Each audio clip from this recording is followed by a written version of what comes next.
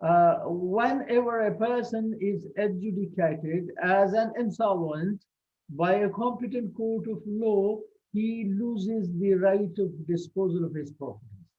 So all his properties on the application of his creditors are taken by the court from him and given into the charge of official assignee. And this is the official assignee who disposes of his properties. He sells his properties and distributes the proceeds of the sale, uh, you see, among the creditors relatively. So Section 41 of the Partnership Act 1932 says that whenever all the partners, all the partners are adjudicated by a court of law as insolvent, that partnership has to be compulsorily dissolved. Okay. So here question arises that if not all of them, only one of them or two of them or few of them have been adjudicated as an insolvent, then is it compulsory for the remaining partner to dissolve the firm? No, it's not. It's not compulsory for them. At the most, what can they do?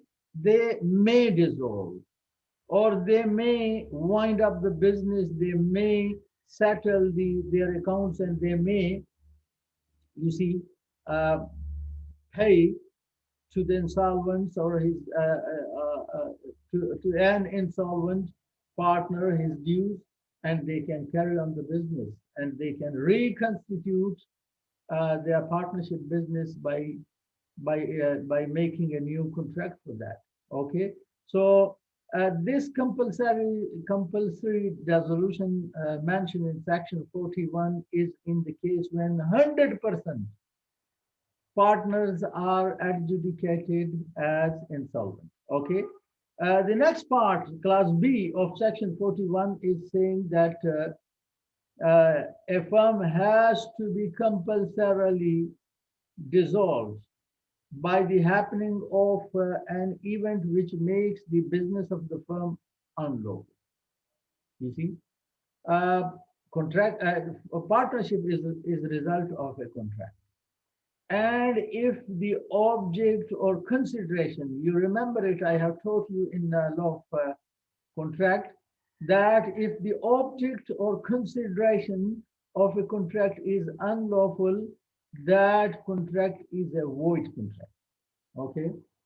Just suppose that in the beginning, you see the subject matter of partnership, the business for which the partnership was constituted was a lawful business.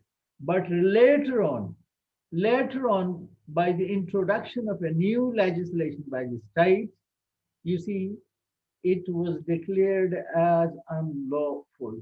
In that case, you see, whenever the law is promulgated, which uh, which makes the trade in which the partnership is involved as unlawful, the partnership will have to be compulsorily dissolved. It is compulsory I mean, it's compulsory. And if they insist partners to carry on the business, then this is an offense which can cause them, you see, imprisonment.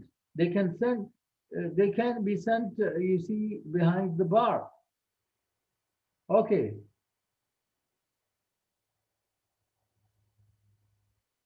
I don't see anybody in the waiting room. Whenever I'm looking at the screen and whenever a student enters, I allow him. So the best example, or what example? So just suppose that it's the partnership business is buying wine from the local traders and then exporting it. Just suppose the partnership business is in a Western society, in a Western country where buying, producing, selling wine is not an offense. I mean, this is part of their culture, and wine is water for them. And just suppose that something happens and the state decides that production and trade of wine should be declared as unlawful.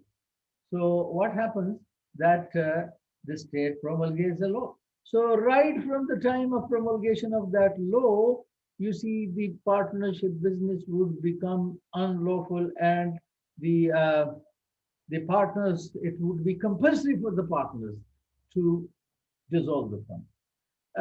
An example can be, you see, just suppose in Punjab.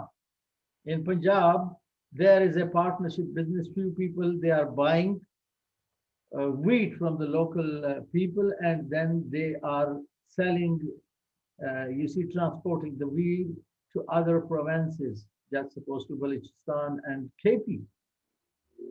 And just suppose that the Punjab government bans, you see, taking a wheat outside the province. Then in that case, the business of you see, the firm would become unlawful, would be against the law. That's why you see, uh, the business would have to be dissolved. The partnership would have compulsorily to be dissolved. This is what Section 41 is saying. I think it's 41. Yes, it's 41. So as usual, you see, we will have a break of 5 minutes after every for 40 minutes, because I'm not a paid person to Zoom. I haven't paid, I haven't bought it. That's why I can't continue more than 40 minutes. I don't know whether I'll be having these classes continuously online. Had I know that these classes would be continuously online, I would have bought it, but this is just for this week. So this is the second mode of dissolution, which is called compulsory dissolution. The third mode of dissolution is mentioned in section 42. There are 4 or 5 circumstances in which a firm has to be dissolved. So according to section 42 of the Partnership Act, a, a partnership stand dissolved on the happening of any of the following events. You see, these are the events. If they take place, the firm would automatically would be dissolved. That would be automatically dissolved. And if after the happening of these events, if the partners, you see, don't want to dissolve their firm and they carry on business, then they would carry on that business on their own risk. No court will be of any help after the date of the you see happening of that event. Then the court will say there is no partnership, there is no contract between you, because the such and such event has taken place. Like at the top is expiry of the term of particular partnership. Section 42A talks about it. Particular partnership is the partnership for which a time duration is fixed. I mean, this is not unusual. This is not unusual. Maybe there are people who say that they should do business for a fixed period of time. They can agree that our partnership would be for 1 year, 2 years. So that is a particular partnership. And a particular partnership automatically dissolves on the expiry of time fixed for them. Just suppose that few people, they have started a business under partnership, and they started it as an experiment. They said that we'll do this business. Just suppose they are going to Urdu Bazaar Lahore. They are students of Namal. And you see, they pull together whatever they get from their parents as pocket money. And they say, we will go to Urdu Bazaar Lahore. We'll buy from there textbooks of different courses and subjects, and then we will sell it here. And let us do this business on experiment basis just for 1 semester, for 4 months. So you see, if the business is not good, if it is not giving them good return, they have decided that they will dissolve, or they will do it for 4 months, and on the expiry of 4 months period, automatically their business would be dissolved. Just suppose that business, you see, unexpectedly, business was very good, that was very successful and was giving them very good return and profit, and they want to continue. So you see, according to section 42, it would be dissolved, but they are free, they are at liberty to reconstitute the firm, again start the business. I mean, who will have check on them? Is it possible for the state? Is it possible for the court to have check on every individual group of people, whether they are dissolving or not? No, no, no. It's neither practicable nor it is needed for the state and the court, nor it is possible to have check. I mean, this is among them. If they decide that, oh, business is good, let us carry on. So their partnership, which was partnership act well in the beginning, and if they say, let us continue this business without fixing the time, they will convert there. They will not only reconstitute their partnership, but they will also convert their particular partnership into partnership at will. And you know, partnership at will, since there is no time is fixed, that's why it is not going to get dissolved automatically. It can be dissolved by any time by any partner. Okay, so they can continue. And also, don't forget that for either for making a partnership business, either for making a contract for partnership business, or for extending or reconstituting their partnership, which was for 4 months, and now they want to carry on for unlimited time. They need a contract. They need a contract. And you know it very well, and you must know it very well that for a contract, you see, it's not a legal requirement that it must be in writing.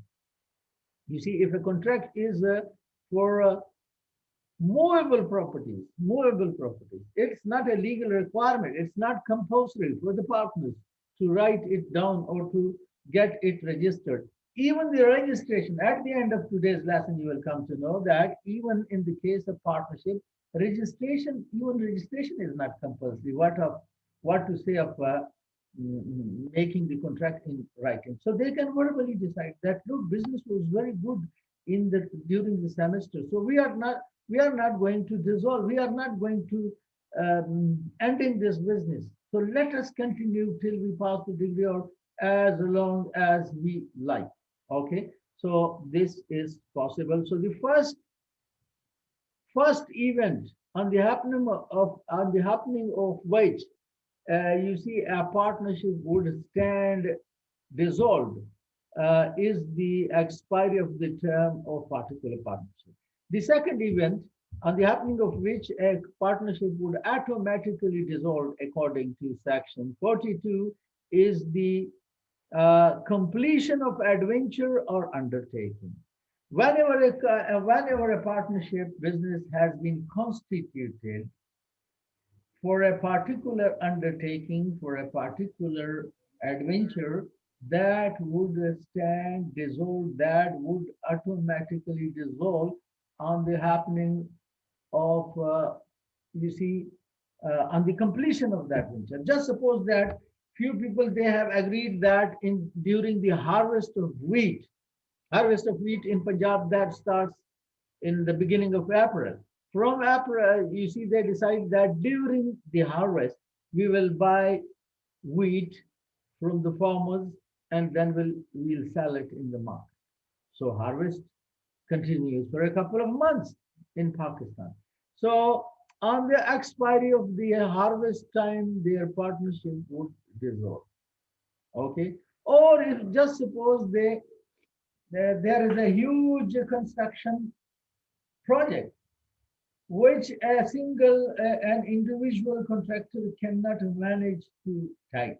So he agrees with his fellow contractors that let us take this huge project. Just suppose this is the construction of a multi-story building, and they agree that they will take the I mean, they will get the work, they will get the contract jointly under a partnership. So they got it. So their partnership is for a fixed period of time, and that fixed period of time is completion of the adventure.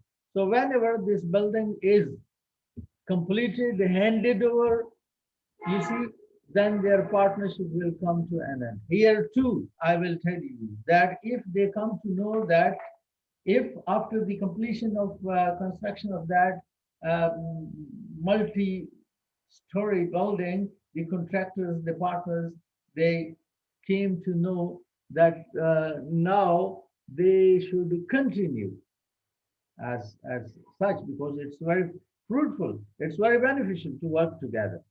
So in that case, you see, they are at liberty to reconstitute their business. And I think the time is over. I'm leaving you for 5 minutes. After 5 minutes with a new meeting. Allah Hafiz.